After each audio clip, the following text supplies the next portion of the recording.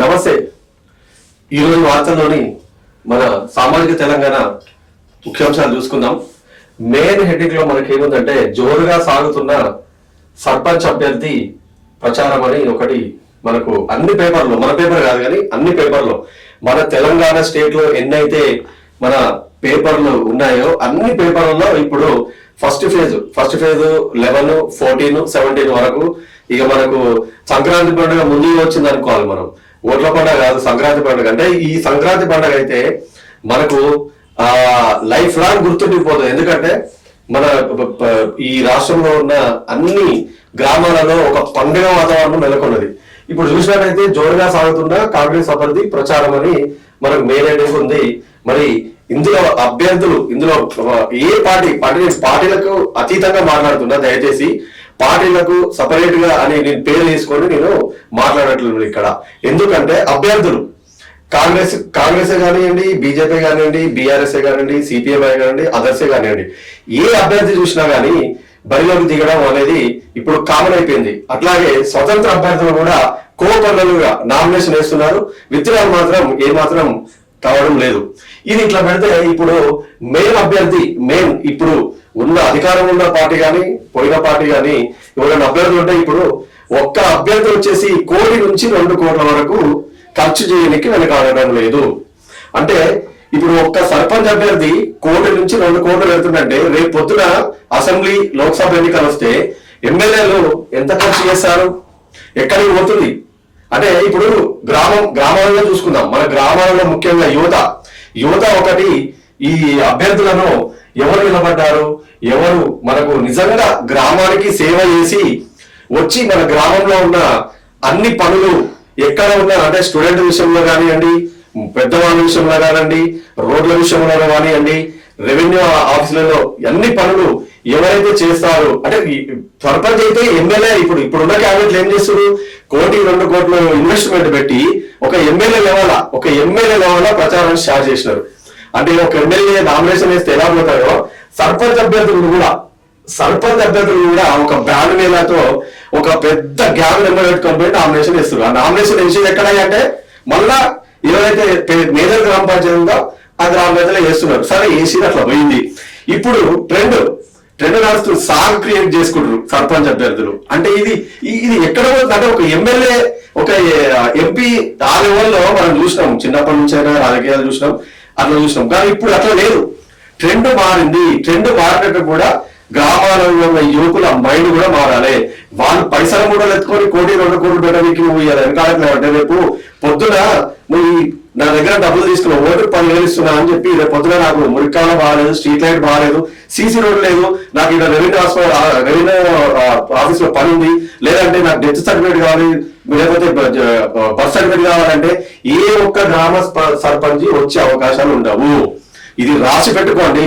ఎందుకంటే ముఖ్యంగా యువత, మీరు వాళ్ళు ఇచ్చే ఓటుకు 10,000 తీసుకొని ఇవాళ బిర్యానీలు తిని వాళ్ళ ఎమ్మడి జెండాలు పట్టుకొని ఊర్లో ఏంటంటే మహా అంటే 1,500 నుంచి 1,200 ఓట్లు ఉంటాయి. ఈ 1,100-1,200 ఓట్లకి 1 కోటి 2 కోట్లు ఖర్చు పెడుతున్నాడు. అయితే పొద్దున వచ్చే జీతం ఎంతగా? ఇప్పుడు కేసీఆర్ వచ్చినాక 6,500 ఇచ్చాడు. 6,500 ఇంటూ 12 నెలలకు వేస్తే 78,000 అవుతుంది. ఈ 78,000 5 ఏళ్లకు మీరు ఎంత అవుతుంది చెప్పండి? ఎంత అవుతుంది? 3,98,90,000 అవుతుంది. అంటే ఇప్పుడు 5 సంవత్సరాలు కలిపి 3,90,000 జీతం తీసుకుంటే ఇక్కడ ఇన్వెస్ట్మెంట్ ఎంత పెడుతుండు? 2 కోట్లు పెడుతుండు. అంటే ఏ కోశాలు చూసినా 1% కూడా కాదు అందులో ఇలా పెట్టిన పెట్టుబడికి. అంటే ఇలా ఏం ఆశించి వస్తున్నారు ఈ సర్పంచ్ అభ్యర్థులు? ఏం ఆశించి వస్తున్నారు? జనాల దగ్గర ఏం దోచుకుంటారు? రేపు పొద్దున అభివృద్ధి పనులు ఏం చేస్తారు? ఇవన్నీ ఒక్కసారి సామాన్య ప్రజలు మీరు ఆలోచించాలి. రేపు పొద్దున గ్రామము అభివృద్ధి పథంలో నడవలేదు అంటే కారణం మీరే. ఎందుకంటే ఈ రోజు ఆ అభ్యర్థి కోర్టులో ఎవరో ఏదైనా గ్రామంలో ఎక్కడ ఏ వార్డులో ఏమి ఉంది సమస్య అని తెలియదు.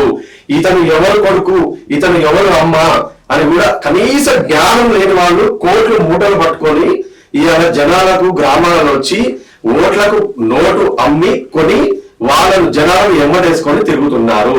రేపు పొద్దుగల్లా ఎవరైతే నష్టపోతారో వాళ్లకు అరే ఈ రోజు చెప్పిన మాట నిజమని రియలైజ్ అవ్వడం ఖాయము. ముఖ్యంగా ఎవరికి ఓటేయాలని చెప్తున్నామంటే ఎవరైతే ఊళ్ళో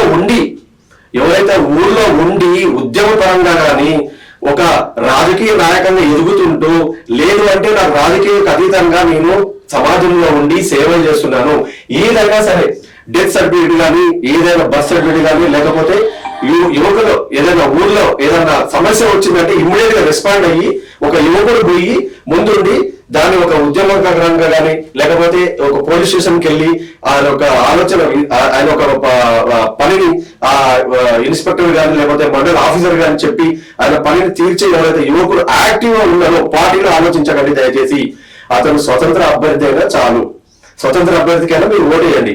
కానీ ఎక్కడో అమెరికాలో ఎక్కడో యూకేలో బతికి వచ్చి ఎక్కడో హైదరాబాద్ లో బతికి వచ్చి ఈ రోజు గ్రామంలో 1 నుంచి 2 కోట్లు ఇన్వెస్ట్మెంట్ చేసి నేను సర్పంచి పీఠం ఎక్కుతానంటే మీరు దయచేసి ప్రజలారా ఒకటే చెప్తున్నాను, దయచేసి మోసపోకండి.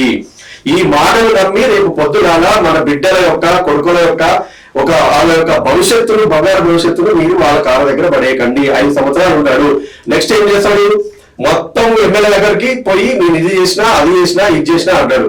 మీరు చేసేది ఏముండదు, జీరో. ఇక్కడ రేపు పొద్దుగాల మీరు సర్పంచ్ నుండి అంచనాకి ఎదిగి ఒక జడ్పీసీ పోయి లేకపోతే ఎమ్మెల్యే పోయి ఈ స్థాయికి మీ లెక్కలు ఉంటాయి. కానీ మీకు గుండెనే చేసుకొని చెప్పండి. మీరు ఏ ఒక్క సర్పంచ్ అభ్యర్థి కూడా ఇప్పుడు అంటే నేను అన్ని సర్పంచ్ అభ్యర్థులు అనట్లేదు, ఎవరైతే 1 2 కోట్లు పెట్టి ఇన్వెస్ట్మెంట్ పెట్టి ఊరు ముఖం కూడా లేదా వాళ్ళకు ఎక్కడో ఉండి బిజినెస్ చేసుకుంటూ వచ్చి ఈరోజు సర్పంచ్ నోటిఫికేషన్ రిలీజ్ కాగానే వచ్చి గద్దగా వాలిపోతారు. ఇలాంటి అభ్యర్థుల గురించి చెప్తున్నా, ప్రజలారా గమనించండి, మోసపోకండి. మీరు ఎట్టి పరిస్థితుల్లో కానీ మీకు ఎవరైతే ఊర్లో బాగులు చూసుకుంటూ ఎవరైతే గ్రామ సభ్యులు యాక్టివ్ గా ఉండి ఇంత ముందుకు వారాల తిరిగి అన్ని వార్డుల్లో అందరి ఇండ్లు పలానా ఇంట్లో ఏముంది ఎవరు ముసలారు ఎవరు చచ్చిపోయారు ఎవరు బతుకున్నారు రేపు పొద్దుగా ఆ ఇంట్లో ఒక యువకుడు ఉన్నాడు అతనికి తీసుకెళ్లి ఏదైనా జాబ్ పెట్టిస్తాము, లేదంటే ఒక సర్పంచ్ అయి ఉండి ఆ ఇండస్ట్రీ ఏరియా నుంచి ఒక జాబ్ మీద పెట్టి ఆ జాబ్ మీద యూత్ కు మీరు పని కల్పించండి అయ్యా.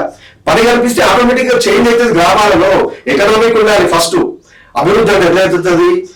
గ్రామంలో యువకులు అందరూ ఇప్పుడు ఎవరు తలా ఒక ఎకరం ఉన్నది, వ్యవసాయం చేసుకుంటారు. బట్ ఆ లంబాలనే వ్యవసాయం చేసుకుంటారు, వాళ్ళకి అదే.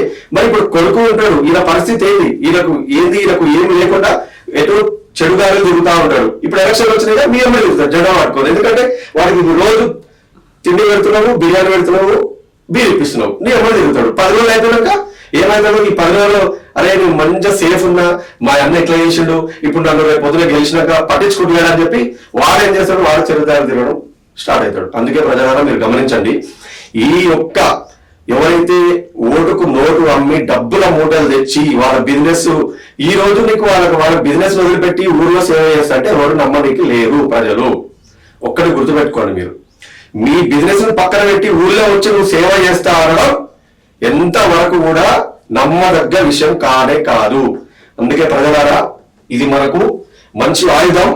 నిర్ణయించుకోండి, ఎవరైతే ఊర్లో ఉన్న యువకుడు యాక్టివ్ గా ఎవరైతే పనిచేస్తున్నారు, పొద్దున వేస్తే మన ముఖ పరిచయం లేకున్న యువకులని పార్టీలకు చూడకండి, పార్టీలకు అతీతంగా స్వతంత్ర అభ్యర్థి నిలబడనియండి, పేరు మీద పార్టీ నుంచి నిలబడనియండి. ఎవరైనా మీ మనసుకు మంచిగా చేస్తున్నాడు అన్న అభ్యర్థికి ఓటు వేసి గెలిపించండి. జై హింద్.